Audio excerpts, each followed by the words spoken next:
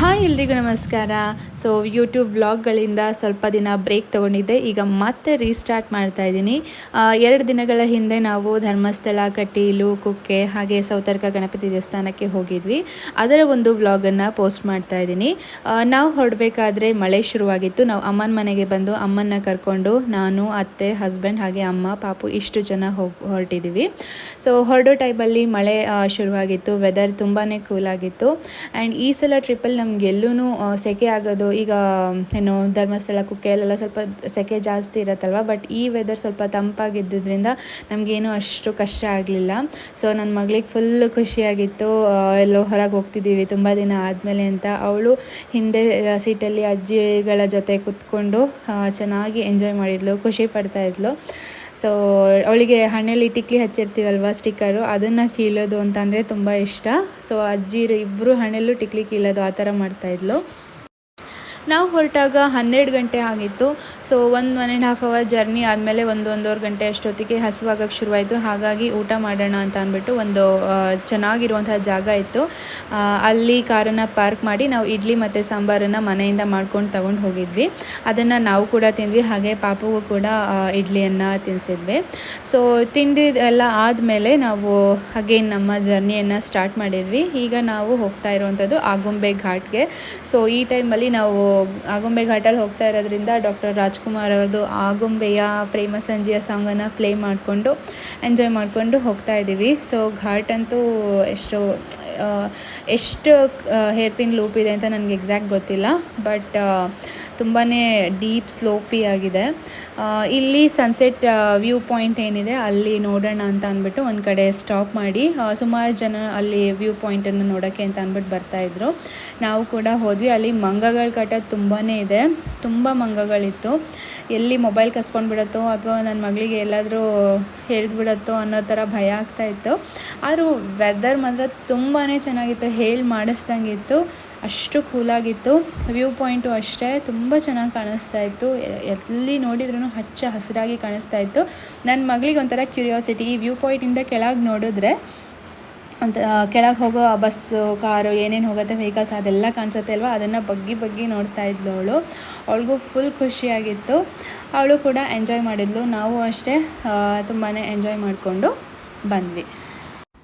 ಅಲ್ಲಿಂದ ಹೊರಟ ಮೇಲೆ ಸುಮಾರು ಜರ್ನಿ ಮಾಡಿದ್ಮೇಲೆ ಒಂದು 4:15 ಗಂಟೆ ಅಷ್ಟೊತ್ತಿಗೆ ಒಂದು ಟೀ ಬ್ರೇಕ್ ತಗೊಳ್ಳೋಣ ಅಂತ ಅಂದ್ಬಿಟ್ಟು ಒಂದು ಹೋಟೆಲ್ ಹತ್ರ ನಿಲ್ಲಿಸಿದ್ವಿ. ಅಲ್ಲಿ ಸ್ಪೆಷಲ್ ಗೋಲಿ ಬಜೆ, ಬನ್ಸ್ ಅದನ್ನೆಲ್ಲ ತಿಂದ್ಕೊಂಡು ಒಂದು ಕಾಫಿಯನ್ನು ಕುಡ್ಕೊಂಡು ಮತ್ತೆ ನಮ್ಮ ಟ್ರಾವೆಲ್ ಟುವರ್ಡ್ಸ್ ಧರ್ಮಸ್ಥಳನ ಸ್ಟಾರ್ಟ್ ಮಾಡಿದ್ವಿ.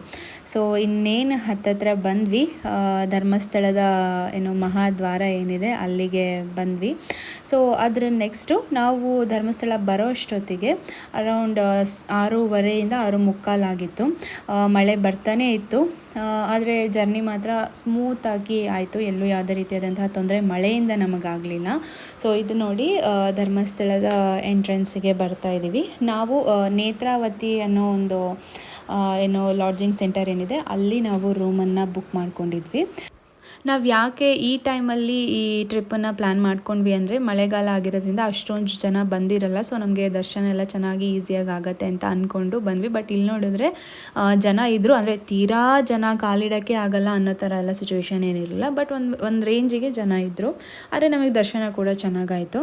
ಹಾಗೆ ನಾವು ನೇತ್ರಾವತಿ ಲಾಡ್ಜಿಂಗಲ್ಲಿ ರೂಮ್ ತೊಗೊಂಡಿದ್ವಿ ಅಲ್ವ, 2 ರೂಮ್ ತೊಗೊಂಡಿದ್ವಿ. ಒಂದು ಅಮ್ಮ ಅತ್ತೆಗೆ ಅಂತ, ಇನ್ನೊಂದು ನಮ್ಮಿಬ್ಬರಿಗೆ ಅಂತ ರೂಮ್ ತೊಗೊಂಡಿದ್ವಿ. ರೂಮು ಅಷ್ಟೇ ತುಂಬಾ ನೀಟಾಗಿ ಚೆನ್ನಾಗಿ ಇತ್ತು. ಸೊ ಈ ರೂಮಿಗೆ ಬಂದು ಈಗ ಕಾರಲ್ಲೆಲ್ಲ ಹೆಂಗೆಂಗೋ ಕೂತ್ಕೊಂಡು ಅಷ್ಟೊಂದು ಕಂಫರ್ಟಬಲ್ ಇರಲ್ಲ ಅಲ್ವಾ, ಬಂದು ಇಲ್ಲಿ ಮಂಚದ ಮೇಲೆ ಮಲಗಿಸ್ತಿದ್ದಂಗೆ ನನ್ನ ಮಗಳಿಗೆ ಖುಷಿ ಕುಣಿದಾಡ್ತಾ ಇದ್ಲು ಅವಳು. ಸೊ ನಾವು ರೀಚ್ ಆಗಿದ್ದು 6:30 ಅಷ್ಟೊತ್ತಿಗೆ, ಎಲ್ಲ ರೆಡಿ. 8:30 ತನಕ ಅಷ್ಟೇ ದರ್ಶನ ಇರೋದು ನೈಟ್. ಸೊ ಹಾಗಾಗಿ ತಕ್ಷಣ ಎಲ್ಲರೂ ಫ್ರೆಶ್ ಅಪ್ ಆಗಿಬಿಟ್ಟು ರೆಡಿ ಆದ್ವಿ. 8:00 ದರ್ಶನ ಕ್ಲೋಸ್ ಆಗೋದ್ರಿಂದ ನಾವು 7:45 ಹೊರಟಿದ್ವಿ ನೈಟ್. ಇನ್ನೊಂದು 45 ಮಿನಿಟ್ಸ್ ನಮ್ಮ ಹತ್ರ ಟೈಮ್ ಇತ್ತು ಅಷ್ಟೇ. ಸೊ ಜನ ಏನು ತೀರಾ ಇರಲಿಲ್ವಲ್ಲ, ಸೊ ಹಾಗಾಗಿ ನಮಗೆ ಈಸಿಯಾಗಿ ದರ್ಶನ ಕೂಡ ಮುಗೀತು. ಸೊ ದರ್ಶನನ ಮುಗಿಸ್ಕೊಂಡು ದೇವಸ್ಥಾನದ ಮುಂದೆ ಫೋಟೋ ಏನಿದೆ ಅದನ್ನೆಲ್ಲ ತೆಗೆಸ್ಕೊಂಡು ನಾವು ಊಟದ ಕಡೆ ಹೊರಟ್ವಿ. ಊಟನೂ ಅಷ್ಟೇ ತುಂಬ ಚೆನ್ನಾಗಿತ್ತು, ತುಂಬ ಪೇಷನ್ಸಿಂದ ನಮಗೆ ಬಡಿಸಿದ್ರು. ಊಟವನ್ನು ಮುಗಿಸ್ಕೊಂಡು ನಾವು ಹಾಗೆ ಸ್ವಲ್ಪ ಶಾಪಿಂಗ್ ಮಾಡೋಣ ಅಂತ ನೋಡಿದ್ವಿ. ಆದರೆ ಸುಮಾರು ಅಂಗಡಿಗಳು ಕ್ಲೋಸ್ ಆಗಿತ್ತು.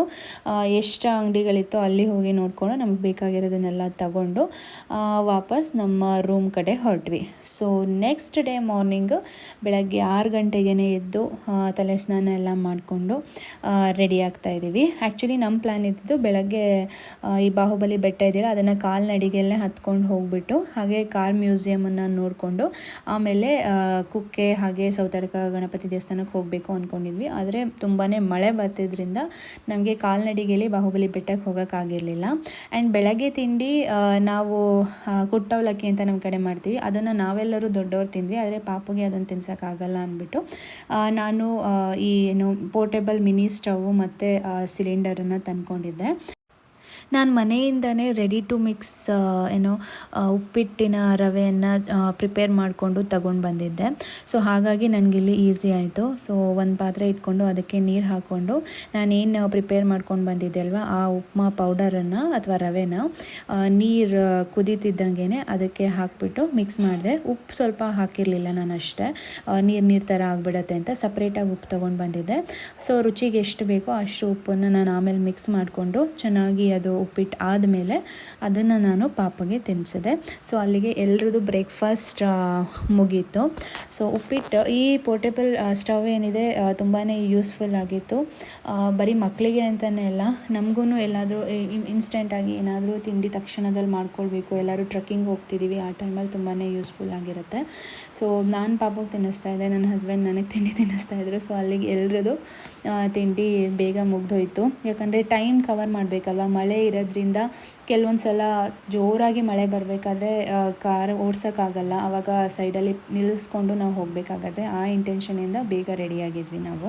ನಾನು ಈ ಸಲ ಟ್ರಾವೆಲ್ ಮಾಡಬೇಕಾದ್ರೆ ಪಾಪುಗೆ ಅಂತ ರೆಡಿಮೇಡ್ ಅಥವಾ ready to mix upma powder ಹಾಗೆ ಸ್ವಲ್ಪ ಮಂಡಕ್ಕಿ ಹಾಗೆ ಬೇಳೆಕಾಳುಗಳನ್ನು ಸ್ವಲ್ಪ ಹುರಿದ್ಬಿಟ್ಟು ತರಿಯಾಗಿ ಪುಡಿ ಮಾಡಿಟ್ಕೊಂಡಿರೋದು, ಅಕ್ಕಿನ ಪುಡಿ ಮಾಡಿಟ್ಕೊಂಡಿರೋದು, ಹಾಗೆ ಅವಲಕ್ಕಿನ ಪುಡಿ ಮಾಡಿಟ್ಟಿರೋದು, ರಾಗಿ ಸರಿ ಪೌಡರು, ಉಪ್ಪು ಮತ್ತು ಬೆಲ್ಲ ಇದಿಷ್ಟು, ಅದ್ರ ಜೊತೆಗೆ 1-2-3 ತರಕಾರಿ, ಪಾತ್ರೆಗಳು, ಬೌಲು ಮತ್ತು ಅದನ್ನು ಅರಿಯೋದಕ್ಕೆ ಬೇಕಾಗಿರುವಂಥದ್ದು.